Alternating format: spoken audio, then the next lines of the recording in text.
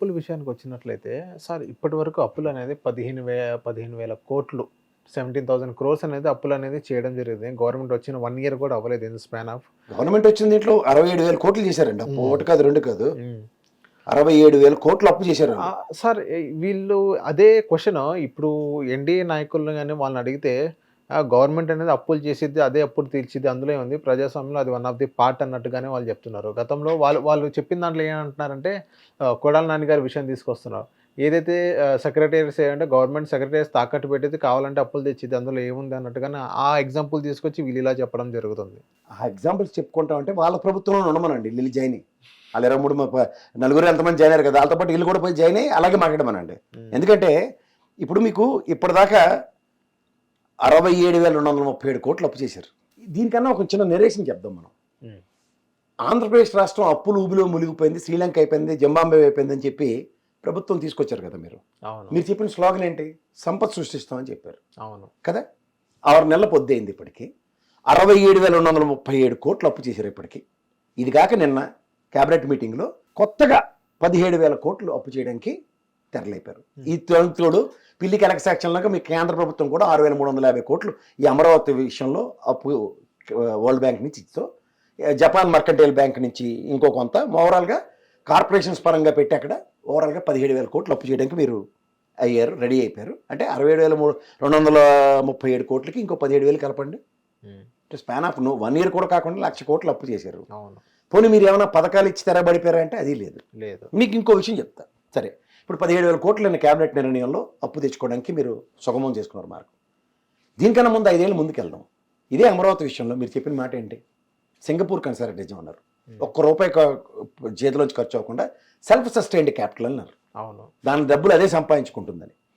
మీకు ఇంత విజనరీ ఉన్న మీరు, ఇంత విజనరీతో మీరు ఆ ప్రభుత్వ స్థాపన అన్నప్పుడు, అమరావతి పోలవరం మీ జయం అన్నప్పుడు, ఇదే సింగపూర్ కన్సల్టేషన్ ఒప్పందం రద్దు చేసింది గత ప్రభుత్వం. Very good. ఇప్పుడు మీకున్న సామర్థ్యంతో ఓ మలేషియాతోనో, దుబాయ్తోనో, లేకపోతే ఇంకో దేశంతో, పాశ్చాత్య దేశంతోనో ఒక కన్సల్టేషన్ ఒప్పందం తీసుకొచ్చి దాన్ని డెవలప్ చేస్తే అని అర్థం ఉంది. కానీ ఇవాళ మీరు అక్కడ చేసేది ఏముందండి? అప్పులు తీసుకొచ్చి హైకోర్టు భవనం ఆల్రెడీ ఎగ్జిస్టింగ్ ఉంది, బెంచ్ అద్దె దగ్గరలో మీరు కర్నూలులో పెట్టబోతున్నారు. మళ్ళీ హైకోర్టుకి ఇంకో పెద్ద భవనం కడతారు.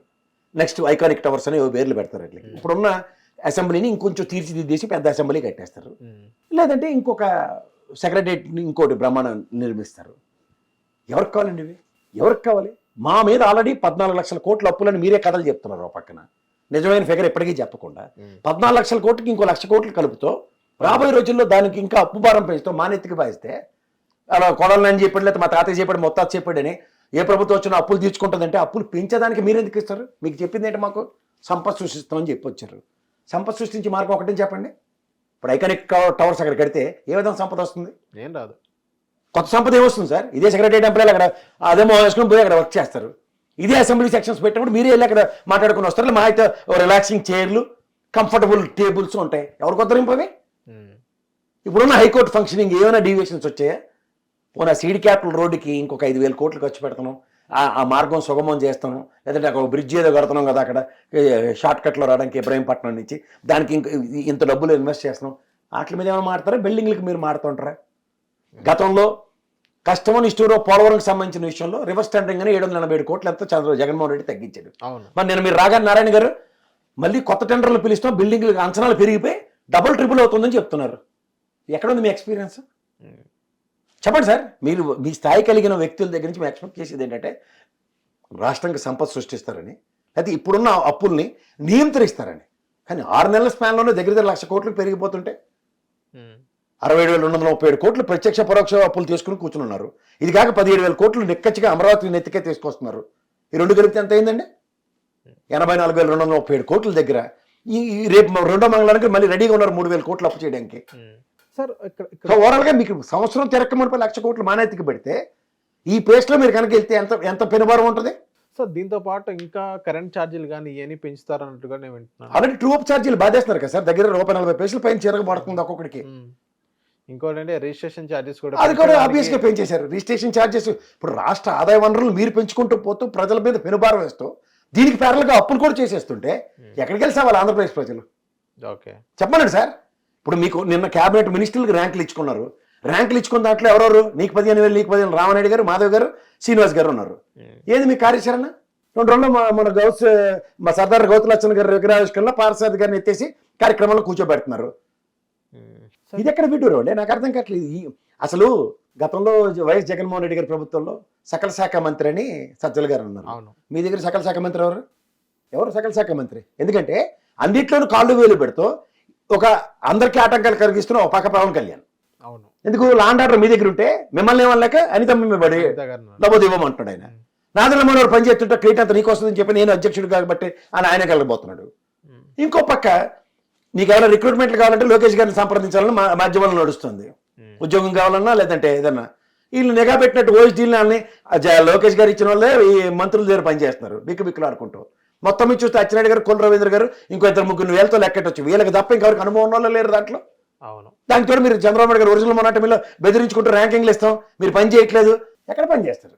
వాళ్ళకి ఏమైనా అనుభవం ఉంటే అచ్చెన్నాయుడు గారు, కొల్లు రవీంద్ర గారు లాంటి వ్యక్తులకి అయితే అనుభవం ఉంటుంది.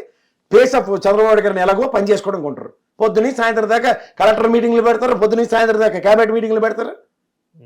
ఏం పని చేస్తారు అలా పేస్లో?